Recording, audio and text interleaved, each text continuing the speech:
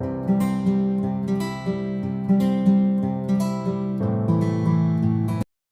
everyone. Hello my dear students. Hello everyone out there.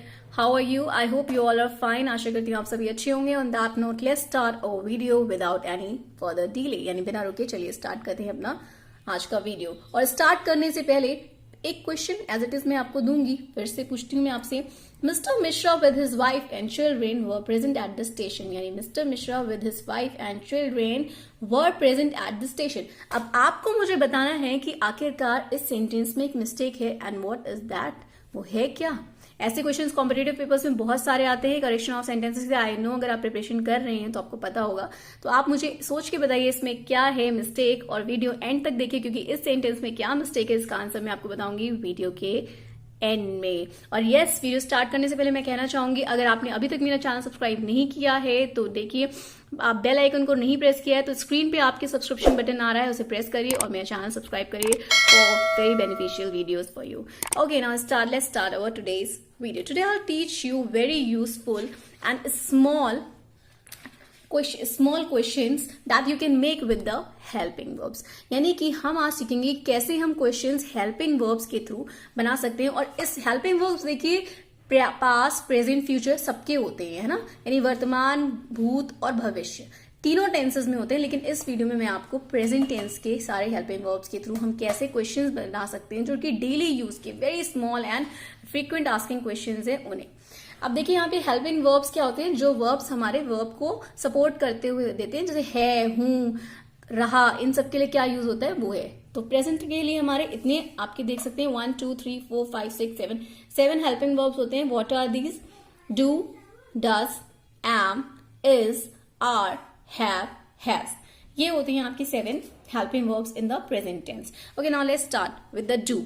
यहाँ पे आपका पहला हेल्पिंग वर्ब है डू. और अगर हमें इससे क्वेश्चन स्टार्ट करना है तो कैसे करना है दैट आई टेल यू. पहले तो देखिए जो डू वर्ड होता है आपका, डू हेल्पिंग वर्ड, ये जनरली आई, यू, वी, दे, यानी आई, यू, वी तो सिंगुलर है, इनके साथ तो होता है. इसके अलावा दे प्लूरल है और कोई भी प्लूरल सब्जेक्ट होगा आपका तो उसके साथ यूज होगा वर्ड डू. यानी एक से अधिक लोग की बात होकर विषय होगा सेंटेंस का. इसका सेंटेंस स्ट्रक्चर क्या होता है? देखिए किसी भी सेंटेंस को बनाना और लिखना आपको तब आ जाएगा अगर आपको स्ट्रक्चर पता हो कि वहां पे हमें कैसे कब क्या वर्ड लगाना है. तो अगर कोई भी सेंटेंस डू से स्टार्ट होता है तो वहां पे हम लोग सबसे पहले डू लिखते हैं, फिर एस दैट मीन्स सब्जेक्ट लिखते हैं यानी जिसके बारे में सेंटेंस में बात हो रही है, फिर क्रिया जो काम हो रहा है सेंटेंस में उसे लिखते हैं, और फिर लास्ट में हम लोग ऑब्जेक्ट लगाते हैं यानी कि जिसके बारे में बात हो रही है. और क्वेश्चन है क्योंकि ये प्रश्न है तो इंटरोगेटिव सेंटेंस यानी इंटरोगेटिव साइन यानी कि क्वेश्चन मार्क, प्रश्न चिन्ह आपको लगाना होता है हर क्वेश्चन में. तो ये एक स्ट्रक्चर आप चाहें तो इसका स्क्रीनशॉट ले सकते हैं.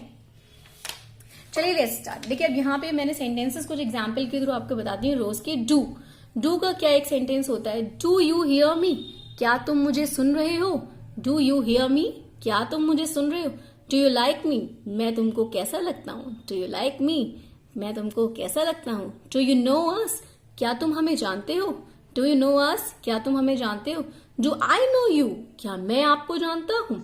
Do I hurt you? क्या मैं तुमको चोट पहुंचाता हूँ? Do you want money? क्या तुमको पैसा चाहते हो? क्या तुम पैसा चाहते हो? ऐसे ही कुछ और सेंटेंसेस जो रोज में हम लोग पूछते हैं. Do we understand? क्या हम समझ गए? Do you understand? क्या तुम समझते हो? Do they have problem? Do they drink coffee? तो ये थे क्वेश्चंस जो डू से इस तरीके से बनते हैं. एक बार सब इसके स्ट्रक्चर को फिर से हम रिपीट कर लेते हैं. जो डू वर्ड होता है आपका हेल्पिंग वर्ड, वो आई, यू, वी के साथ यूज होता है और प्लस दे, प्लूरल में कोई भी सब्जेक्ट होगा उसके साथ यूज होता है. स्ट्रक्चर होता है इसका, सबसे पहले हम डू लगाएंगे, then we use to put as that mean subject, verb, फिर ऑब्जेक्ट जिसकी बात हो रही है, और फिर लास्ट में इंटरोगेटिव साइन यानी कि क्वेश्चन मार्क. और एग्जाम्पल्स आपने देख लिए. Let move on to our next helping verb that is does यानी कि डज. अब हम यहाँ पे बात करेंगे डज की. Does is also a helping verb जो कि प्रेजेंट टेंस में यूज होता है. करता हूं, करती हूं, इस तरह के सेंटेंस होते हैं ना, जब इसे हम क्वेश्चन में पूछते हैं वहां पे हम लगाते हैं डज. क्या लगाते हैं हम? डज. अब ये डज जो वर्ड होता है ना वो आपका किसके साथ? ये सिंगुलर चीजों के साथ यूज होता है. किसके साथ यूज होता है? सिंगुलर. अब देखिए यहाँ पे जो डज वर्ड है आपका प्रेजेंट में, ये सिंगुलर्स के साथ यूज होता है. तो यहाँ पे ये यूज किसके साथ होता है? ये ही, शी, क्योंकि सिंगल की बात हो रही है, ही, शी, इट और इस तरह के किसी भी सिंगुलर सब्जेक्ट के साथ, यानी एक मात्र सब्जेक्ट हो तो उसके साथ डस का हम यूज करते हैं। ठीक है, ताती वाले सेंटेंसेस में डस लगता है। इसका स्ट्रक्चर हम देख लेते हैं क्या होता है। जब हमें कोई भी सेंटेंस अगर डस से पूछना है तो हम कैसे लिखेंगे, सबसे पहले हम डस लगाएंगे, फिर हम सब्जेक्ट यानी कि विषय, जो विषय है उस सेंटेंस का जिसके बारे में बात हो रही है, फिर हमारा मेन वर्ब जो वर्ब है वो लगाएंगे, और प्लस ऑब्जेक्ट यानी कि जिसके बारे में बात हो रही है, और लास्ट में क्वेश्चन है तो क्वेश्चन मार्क यानी इंटरग्रेटिव साइन आपको लगाना है। नाउ एग्जाम्पल्स इसके देख लेते हैं। आप प्लीज मेरे साथ हो सके ना, if it is possible please आप नोट बनाते रहिए, अदरवाइज स्क्रीनशॉट ले लीजिए। It will definitely benefit you, यानी आपको ये बहुत फायदा देने वाले हैं नोट्स हमारे। ओके, यहाँ पे बात हो रही है डज शी नो मी, क्या वह मुझे जानती है। डज योर डॉग बाइट, क्या तुम्हारा कुत्ता काटता है। डज शी प्ले पियानो, क्या वह पियानो बजाती है। डज शी लाइक यू, क्या वह तुम्हें पसंद करती है। Does this cap belong to you, क्या ये कैप तुम्हारी है, या क्या ये टोपी आपकी है। अब जैसा आप यूज करते हैं आप या तुम, उसके अकॉर्डिंग आप बोल सकते हैं। Let's move on to our third helping verb. Third helping verb is am, और जो एम वर्ड होता है ना, ये बहुत ही common helping verb present tense में यूज होता है, और इसे हम लोग आई के साथ ही यूज करते हैं, ये आपको पता है। तो इसका सिंगल यूज है आई के साथ। जब भी हमें कोई चीज अपने को लेके पूछनी है ना आई करके, तो हम लगाएंगे एम, अगर क्वेश्चन पूछ कर आए। अब इसके दो फॉर्मेट होते हैं। एम को आप सिंपल सेंटेंस में, यानी नॉर्मल सा सेंटेंस है उसमें भी, और अगर कोई चीज लगातार हो रही है दैट मीन्स प्रेजेंट कॉन्टिन्यूअस, दोनों का स्ट्रक्चर मैं आपको बताऊंगी क्योंकि दोनों में डिफरेंस है। अगर हम सिंपल कोई सेंटेंस पूछते हैं एम के साथ बनाना चाहते हैं, तो सबसे पहले हम लगाएंगे एम प्लस हम लगाएंगे आई, क्योंकि आई कोई भी क्वेश्चन पूछते हैं हेल्पिंग वर्ब पहले आता है, फिर आई यानी कि जो हमारा सब्जेक्ट है आई, और प्लस ऑब्जेक्ट लग जाएगा। अब यहाँ पे आई जो है ना वही हमारा सब्जेक्ट है, सिर्फ आई के साथ लगते हैं, इसलिए हम लोगों ने यहाँ सब्जेक्ट ना लिख के आई लिख दिया है, और लास्ट में लगेगा क्वेश्चन मार्क। अब इसी तरह अगर हम प्रेजेंट कॉन्टिन्यूअस में देखें तो स्ट्रक्चर थोड़ा सा चेंज है, और यहाँ पे हम एम लगाएंगे, उसके बाद हमारा सब्जेक्ट रहेगा यानी आई जो है, प्लस उसके बाद हमारी मेन वर्ब होगी, और उसके बाद होगा object, and yes in the last there is a interrogative mark या interrogative sign. Okay, now examples देख लेते हैं। पहले हम लोग सिंपल के देखेंगे। एम आई राइट, क्या मैं सही हूं। एम आई राइट, क्या मैं सही हूं। Am I not a teacher, क्या मैं शिक्षक नहीं हूं। Am I not a teacher, क्या मैं शिक्षक नहीं हूं। Am I talk to her, क्या मैं उससे बात कर रही हूं। अब यहाँ पे हम कॉन्टिन्यूअस पे आ गए हैं। Am I talk to her, क्या मैं उससे बात कर रही हूं। अब देखिए यहाँ पे जो ये सेंटेंसेस में एम है, आई है, और डायरेक्ट ऑब्जेक्ट आ गया है। लेकिन यहां वाले सेंटेंसेस आप देखेंगे इन लास्ट के 3 में, तो ये कॉन्टिन्यूअस के हिसाब से प्रेजेंट कॉन्टिन्यूअस है। उससे पहले एम है, फिर सब्जेक्ट हमारा आई है, टॉक यानी ये वर्ब हो रहा है, और टू हर ये हमारा ऑब्जेक्ट है। तो ये हमारा स्ट्रक्चर, किसी भी सेंटेंस को आपको बनाना और बोलना आ जाएगा अगर आप उसका स्ट्रक्चर सीखे। और इस पे मैं जल्दी ही वीडियो डालने वाली हूँ टाइप्स ऑफ सेंटेंसेस पे और टेंसेस पे, उन्हें लर्न करना ये बेस होता है आपका इंग्लिश सीखने का। अगर आप इसे सीखना चाहते हैं ना तो सब्सक्राइब करिए मेरे चैनल को, और स्क्रीन पे आते हुए आइकन को सब्सक्राइब आइकन को या बटन को आप प्रेस करिए और मेरा चैनल सब्सक्राइब करिए, और वीडियो पसंद आता है ना then like. Okay, now let's see some other sentences, other examples. Am I boring you, अब ये भी आपका प्रेजेंट कॉन्टिन्यूअस का ही एक एग्जांपल है। आप, क्या मैं तुम्हें बोर कर रहा हूं। एम आई ट्रबलिंग यू, क्या मैं तुम्हें परेशान कर रहा हूं। तो ये थे हमारे सेंटेंसेस एम हेल्पिंग वर्ब से। Let's move on to our other next helping verb that is. Now our next helping verb is क्या है। इज बहुत ही कॉमन सा वर्ड है। जब कहीं पे है की बात आती है ना, है, करता है, खाता है, क्या ये मुफ्त है, तो है के लिए हम लोग आते हैं इज। इसका बेसिक मीनिंग है होता है।